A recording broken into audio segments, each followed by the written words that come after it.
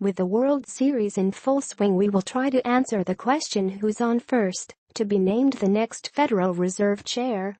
The appointment could be one of the Trump administration's most critical decisions, especially given the transition within interest rate policy, the Fed's balance sheet and government regulation. We believe the U.S. economy is on firm footing with back-to-back quarters of 3% GDP, continued strength in the labor markets and improving corporate profits.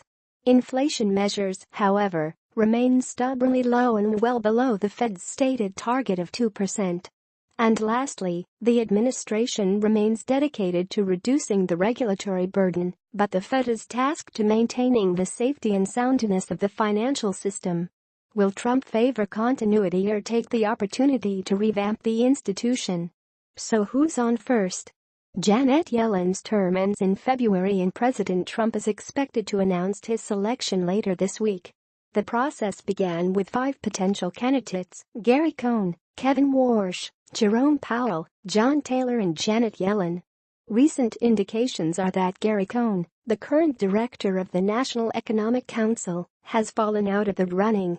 His criticism of the violence in the Charlottesville protests may have sealed his fate, but he is also considered too crucial in his current role as the driving force in the administration's tax reform efforts. Kevin Warsh, a Fed governor from 2006 to 2011, was an early favorite, but has also faded from the picture. Warsh is considered the most hawkish of the choices and, since leaving the board, has been very critical of Fed policy, especially the use of the balance sheet. Warsh went so far as to call the Fed's policies reverse Robin Hood, with the rich getting richer. In our view, his stance on reducing bank regulation appeals to the administration, but his lack of continuity with current monetary policy could potentially rattle the markets and push interest rates higher. Cohn and Warsh can't be completely ruled out, but both were omitted as choices in Trump's informal straw poll on Fed chair preferences with Senate Republicans last week.